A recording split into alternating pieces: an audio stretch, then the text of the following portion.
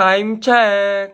Sawadee ka, Tokon! Hello everyone, this is Teacher Odette, a day in my life as a fresh graduate from college and now as a public school teacher in Thailand. Get ready with me, let's go!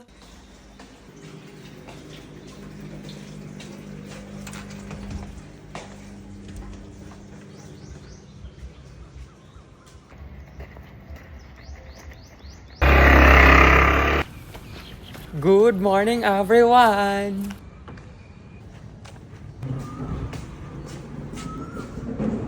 Thank you. ในส่วนของประธานที่ประดับ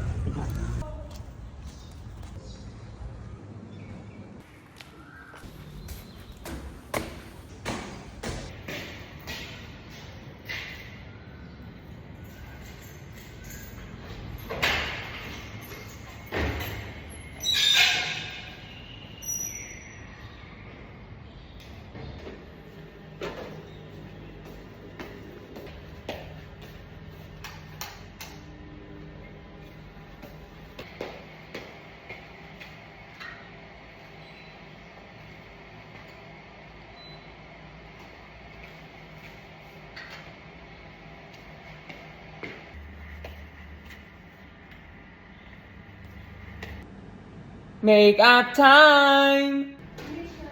Morning, Teacher. Morning, Teacher Ming. Good morning, Teacher Namtan.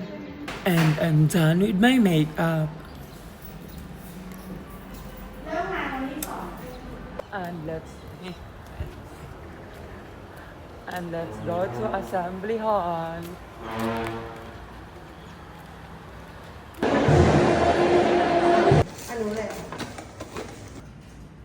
Bon appetit! Cheers!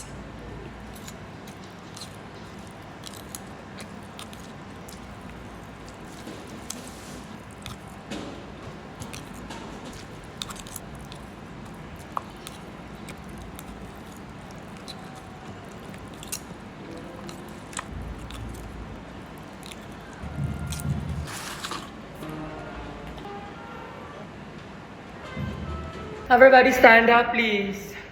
Good morning, class.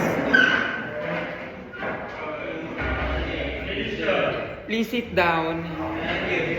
You're welcome. Listen, everyone.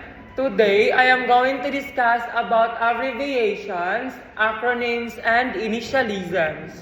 First, what is acronym? All together read. Form. Abbreviating. Acronym is a word formed from initial letters of phrases pronounceable as words, readable as words, often replacing original places. Next, the second one, what is abbreviation? All together read. Written.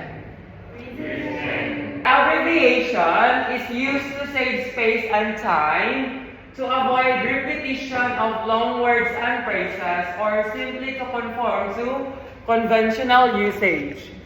Next, the third one, initials are the first letters of a person's name, especially used to represent the whole name. For example of acronym, IDK. What is IDK? Okay, it means I don't know. Next, DIY. What is DIY? Do it yourself. That is DIY. Next, BRB. What is BRB? Be right back. What is LOL or LOL? What is LOL? Okay, laugh out loud. That's it for today. Everybody stand up, please. Goodbye and thank you, class.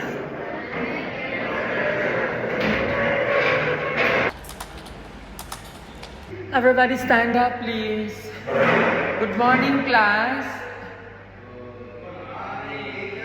Please sit down.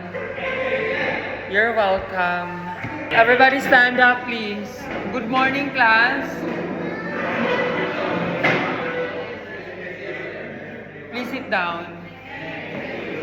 You're welcome. Listen, everyone. Today, we will have a message relay activity.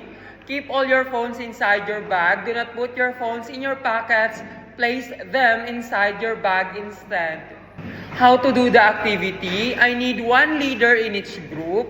I will give you one complete sentence. You will pass the sentence to your classmates by whispering through your ears one by one. Activity instructions. I will give you a complete sentence and you will pass the sentence to your classmates by whispering it into their ears one by one. The last person will immediately come to the front and tell the writers in the team what the complete sentence is. The writers will then write the sentence on the bond paper I provided.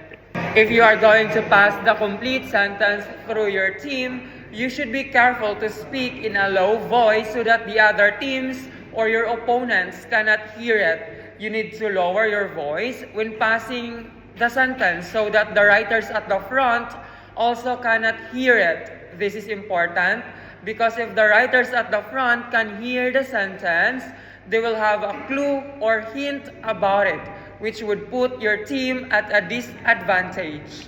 Be sure to tell the correct spelling, correct capital letters in the sentence, correct punctuation marks that are used such as full stop, question mark, exclamatory, comma, apostrophe, period, etc. No full stop or period in the last sentence, 0 points. No correct punctuation marks, 0 points. Do not cheat. I will deduct the points of the group who are cheating. Do not use your phones. Keep your phones inside your bag. Be sure to focus and take today's activity seriously, as the points or score you earn will be recorded accordingly. Score points, 3 points each to the group who got the correct sentence. Listen everyone. Group 3 na, Group 3. 15 points, Sip Hakanen.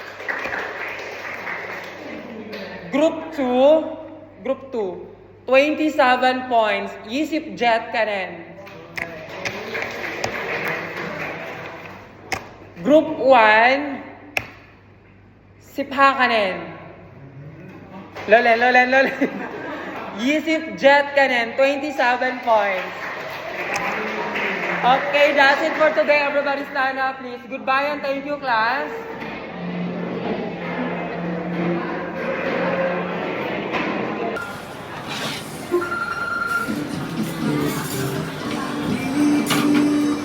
ตัวอะไรคะลูก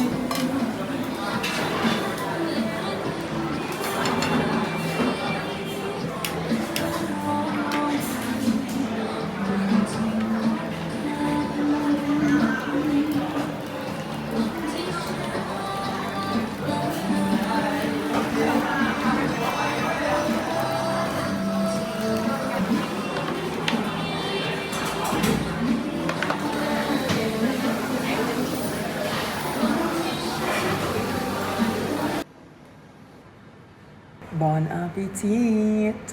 Cheers!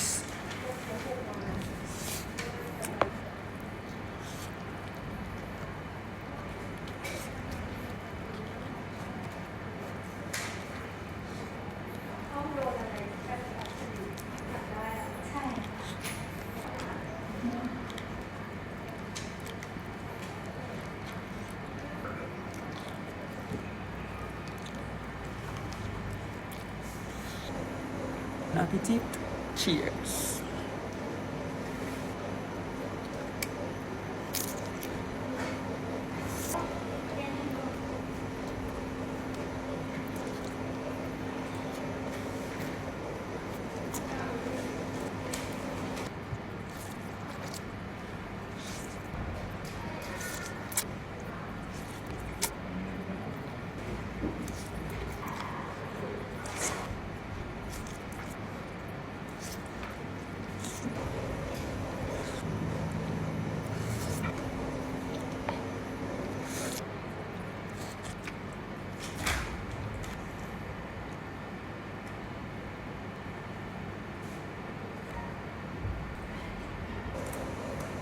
One is solved ใช่ไหม solved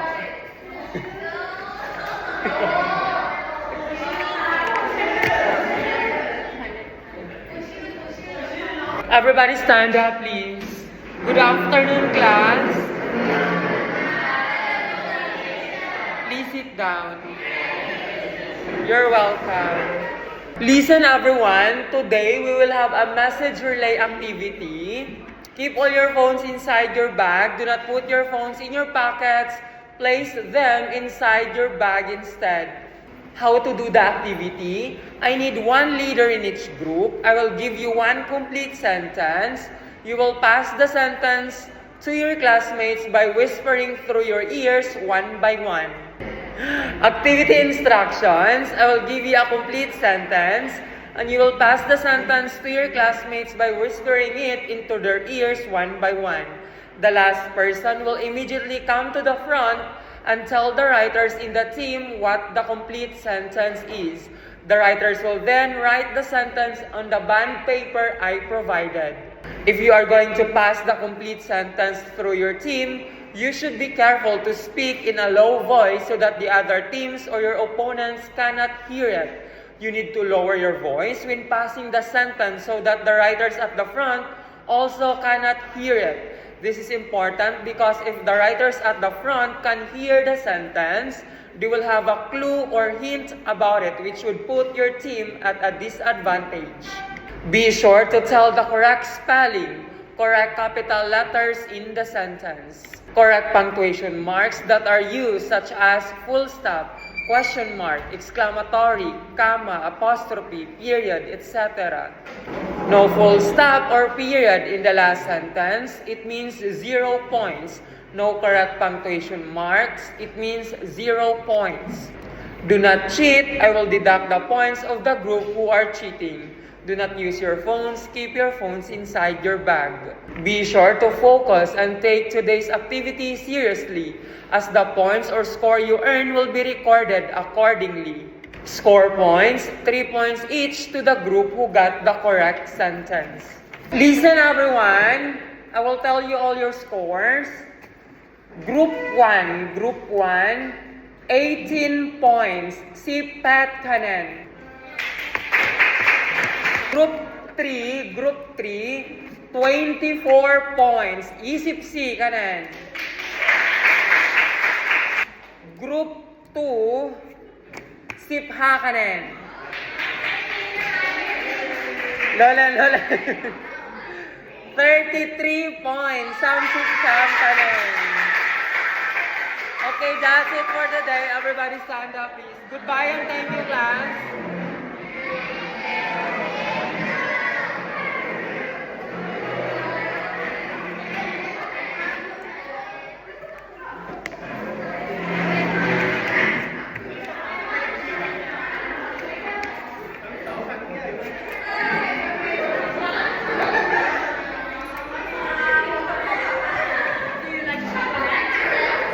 Chocolates!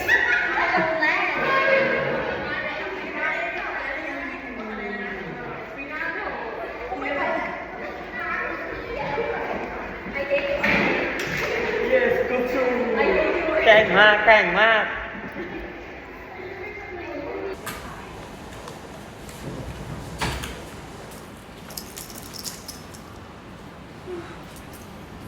And I'm home, sweet home.